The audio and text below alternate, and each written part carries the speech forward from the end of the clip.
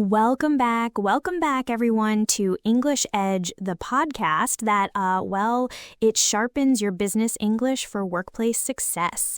And, we always try to make it a little fun, too. Indeed, I'm Leo, and that's Vicky, and we are absolutely thrilled to have you join us again. So glad you can make it, really. We've got a real treat for you today, something that I think a lot of people might, struggle with a little bit. Oh, totally. Today, we are diving deep into the sometimes terrifying, sometimes triumphant world of, drumroll please, delivering impactful business presentations. Ta-da! Because let's be honest, Vicky, whether you're pitching your groundbreaking idea to a room full of stone-faced investors or just, updating your team on the exciting Q3 potato chip sales. Potato chips, Leo, really? Hey, they're important. A confident, clear presentation can seriously set you apart. It's like having a superpower, but instead of flying, you're just really good at PowerPoint. A much more practical superpower, I'd say. So in this episode, we're going to really break it all down. We'll talk about the structure, how to organize your thoughts so they actually make sense. Yep, and we'll also cover those key phrases that make you sound super professional, even if you're secretly panicking on the inside. Plus some fantastic delivery tips because, let's be real, it's not just what you say, but how you say it. Absolutely. And we'll even touch on some fascinating cultural nuances because what works in one country might get you, a few blank stares in another. Oh, and of course, we've got a fun challenge for you to practice your newfound skills. That's right. So get ready to transform your presenting skills from meh to mind-blowing, or at least, from I hope they understood me to nailed it. Exactly. Let's get started, shall we? All right, Vicky. So we've established that presentations can be daunting, right? But the good news is, like any good superhero movie, they have a clear structure. We're talking about the 3 pillars of presentation power. Oh, I like that. The 3 pillars? Are they made of solid gold or perhaps PowerPoint slides? Even better, they're made of clarity and impact. Pillar number 1. The opening. Now, this isn't just about saying hello. This is your chance to grab your audience by the lapels and pull them in. Exactly. You don't want them checking their phones 2 seconds in, do you? So a strong opening really needs 2 things. First, grab their attention, and second, state your purpose. Yeah, instead of just, good morning, everyone, you could kick off with a shocking fact or a question like, did you know 80% of our sales actually come from repeat clients? Or, if you're brave, how many of you actually enjoy Monday mornings? That second one might get you a few blank stares, but the first one, that's great. It makes people think. And then you follow it up with your purpose, right? Today, I'm going to outline our Q3 strategy to leverage those repeat customers. It's direct, it's clear. Precisely. No one's wondering why they're there, which, let's be honest, is half the battle in most meetings. All right, pillar number 2, the meaty part. Your key points. This is where you lay out your main ideas. So you don't just ramble, right? You want to organize your thoughts into, say, 2 or 3 main ideas, maybe with some examples or data to back them up. And this is where those smooth transitions come in. Oh, the transitions, my personal favorite. You don't want it to sound like, okay, that's done. Next thing, then another thing. It's more like, now that we've covered that, let's move on to the next exciting phase. Or building on that idea, we can see you're guiding them. Exactly. It's like a guided tour, not a jarring ride on a rickety bus. You're holding their hand, metaphorically speaking, through your brilliant ideas. And then finally, pillar number 3, the closing. The grand finale. This is where you summarize your brilliance and then crucially open the floor for questions. You want to wrap it up nicely like a perfectly tied bow on a gift. And it should be concise too. Something like, to wrap up, our new plan really boosts efficiency, cuts costs, and makes us all incredibly happy. Any questions? That's to the point. Yeah, you don't want to redo the whole presentation. Just a quick recap of the main benefits and the any questions part. It's not just a polite formality. It shows you're confident, you know your stuff, and you're ready to engage. Absolutely. So remember those three pillars: a captivating opening, clear key points with smooth transitions, and a concise closing with Q&A. Master those and you're already, halfway to presenting like a total pro. More than halfway, I'd say. It sets the stage for success. It really does. Leo, all this talk about structure is great, but what about the actual words we use? Sometimes even when you know what to say, it's like, how do you sound like you know what you're talking about, like a seasoned professional? Ah, Vicky, you've hit upon the secret sauce. It's all about the key phrases, the little verbal cues that signal you're in control, you're confident, and you're, presenting like a boss. We've got a few that are absolute gold. Ooh, gold, you say. I like the sound of that. Lay 'em on me. All right, first one, a classic for kicking things off after your amazing opening. Let's dive in. Let's dive in. Ooh, that sounds so much better than, okay, so now we're going to talk about this. It's like you're inviting them on an adventure. Exactly. It's active, it's engaging. So everyone listening, try it with us. Just, repeat it after us. Give it a little pause to really let it sink in. Let's dive in. Let's dive in. Ooh, I feel like I'm already a CEO. What's another good one for like when you're wrapping up? For the grand finale before your Q&A, you can use to summarize. To summarize. Ooh, that's so neat and tidy. It's like saying, and now for the bullet points of my brilliance. Pretty much. It signals to your audience, hey, we're almost there. Pay attention to these last few crucial bits. So again, try it out. To summarize. To summarize. Yeah, I can totally see myself using that. And what about when people ask questions and you actually want to answer them? Excellent point. Instead of just, yeah, I can tell you that, try this gem. I'd be happy to clarify. I'd be happy to clarify. Ooh, that's so polite and professional. It makes you sound, approachable, like you're not annoyed by their question. Precisely. It makes you sound like a helpful expert, not a grumpy professor. I'd be happy to clarify. Practice that one too because it comes in handy. I'd be happy to clarify. Okay, so we've got these phrases, but it's not just what you say, right? It's how you say it. Like, I notice you put a little extra oomph on some words. Oh, you picked up on that, Vicky. You're right. It's all about pronunciation, but specifically it's about word stress and using pauses. We call it, adding emphasis. For example, if your goal is to increase sales by 20%, you wouldn't say, our goal is to increase sales by 20%. You'd emphasize the increase. So it's our goal is to increase sales by 20%. Yeah, that sounds way more confident. Like you really mean business. The word increase pops out. Exactly. Or if you're saying, we need to launch this product next quarter, you don't want to just mumble it. You want to stress launch to show it's the key action. We need to launch this product next quarter. I love that. It's like you're highlighting the important bits for your audience, almost like a verbal highlighter. And pauses too, right? Sometimes a little silence can actually make a bigger impact. Absolutely. A pause can build anticipation, or it can give your audience a moment to digest what you just said. Imagine saying, this new strategy will change everything. That little pause before it will change everything makes it sound, more dramatic, doesn't it? It does. It's like, drum roll will change everything. It's like a comedic beat, but for business. So stress those keywords and don't be afraid to, let a little silence hang in the air for emphasis. It'll make your presentations sharp and memorable. Precisely. You'll sound like a natural, even if you're like sweating bullets on the inside. That's our secret. Leo, we've talked about the words, the stress, the pauses, But what about like the performance, the actual delivery? Because you can have the most brilliant presentation, but if you're like mumbling into your shirt, nobody's going to get it.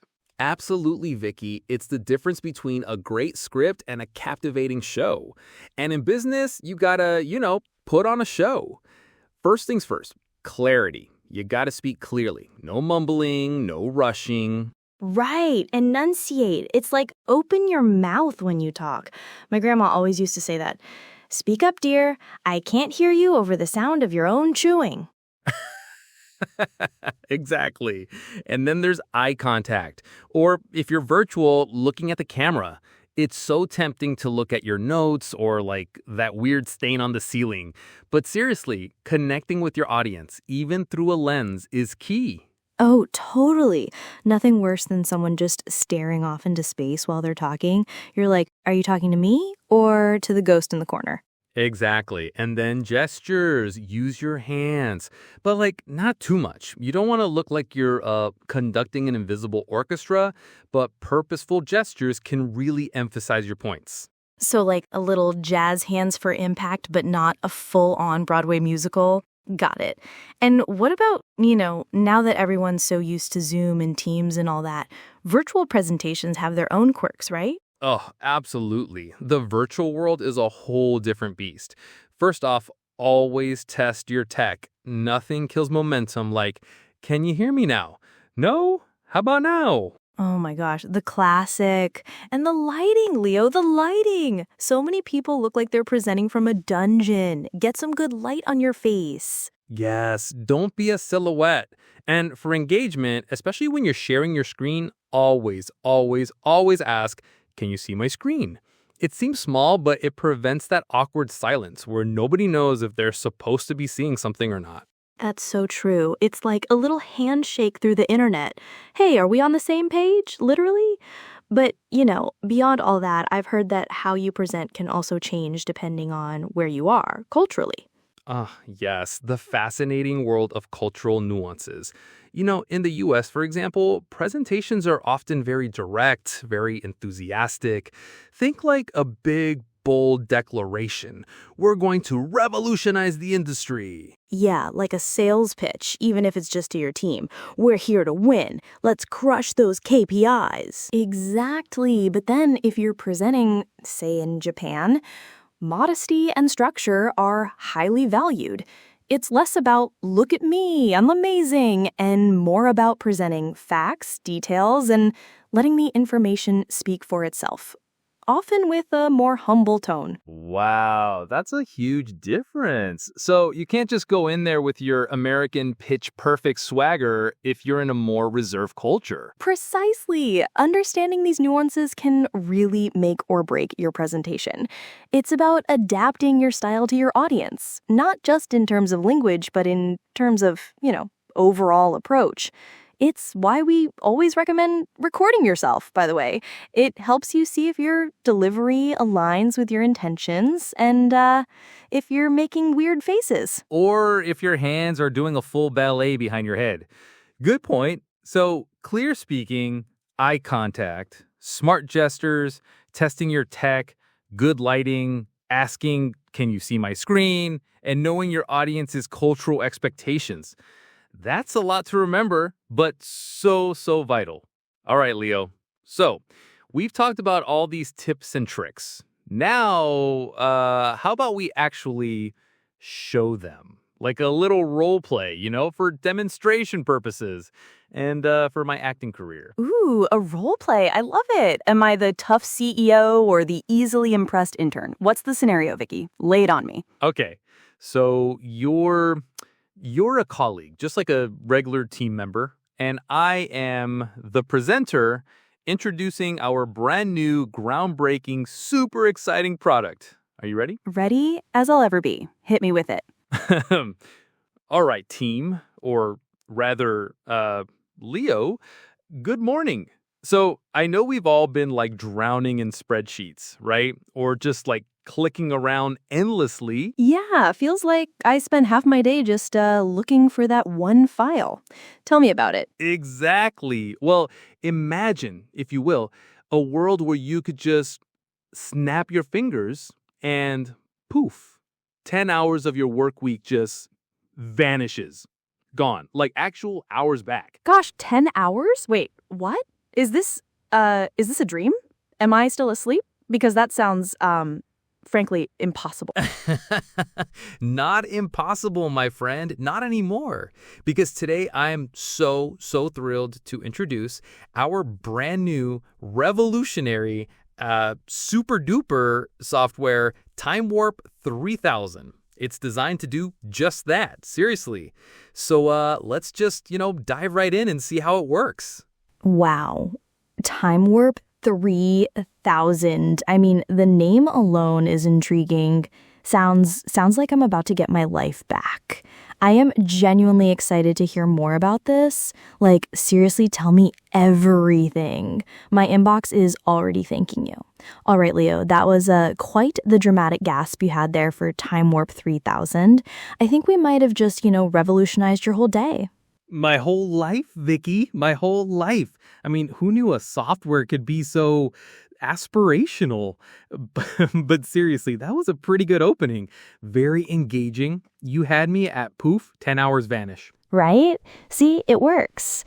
And that's exactly what we want our listeners to do now because, we've given them all these tools, all these phrases, and now it's their turn to shine. Oh, is it challenge time? I love challenge time. Are we judging them? Do I get a sparkly, oversized foam finger for the best entry? Well, maybe not a foam finger, Leo, but yes, it is challenge time. So, for all of you listening out there, here's your mission should you choose to accept it. We want you to record a 30-second presentation opening. Just 30 seconds, folks. That's like the length of a really good elevator pitch, but for your voice. Exactly. Pick any topic you like. It could be something super serious, like our new company project, to increase stapler efficiency, or, something totally silly like why pineapple belongs on pizza. Oh, wow. That second one is a brave choice. You're going to need a very strong opening for that. I mean, you might even need to summarize why it's not a crime of humanity. See, you're already thinking like a pro. And that's the key. We want you to use some of those phrases we talked about today. Like, let's dive in to kick things off, or maybe even to summarize if you're going for a super concise opening. Yeah, and just really lean into it. Get creative. Be confident. Don't worry about being perfect. Just get your voice out there. It's your chance to practice everything we've been yapping about. Precisely. Get creative, get confident, and just have fun with it. It's all about making that opening impactful, memorable, and totally you. So go on, give it a shot. We're cheering you on from here. And just like that, Leo, we've reached the end of another whirlwind tour of business English. I feel like we've given our listeners a real toolkit today. Oh, absolutely. I mean, we've talked about the absolute bedrock of a good presentation, that solid structure, hook them with the opening, dazzle them with the key points, and then, wrap it up so beautifully they're still applauding when you walk out the door. Hopefully, yes, the applause is optional but appreciated. And remember those power phrases too. Let's dive in, to summarize. They really do make you sound like you know your stuff, even if you're just, introducing your new office plant. Oh, my office plant, Leif Erikson, is very important. And don't forget the delivery tips, folks. Speak clearly, keep that eye contact, and maybe don't stare too intently at the webcam like I usually do. And those cultural nuances, super important, especially if you don't want to accidentally offend someone with your enthusiastic directness when maybe modesty is preferred. Exactly. And the biggest takeaway, I think, is just Practice. Record yourself, listen back. It's like a comedy act, you know? You gotta refine those bits. It is. You got to know your audience. So, yeah, structure, key phrases, cultural smarts, and just keep practicing. That's the secret sauce right there. Well said. And that brings us to the end of this episode of English Edge. But don't you worry, because next time, Leo and I are diving headfirst into another topic that can make or break your professional journey. Ooh, is it how to ask for a raise using only mime? Because I've been practicing. Close, Leo, very close, but perhaps even more universally applicable. We're going to be talking about, a dramatic pause, job interviews in English. Ooh, wow, that's a big one. People need that. They really do. So make sure you're subscribed to English Edge wherever you get your podcasts so you don't miss that crucial episode.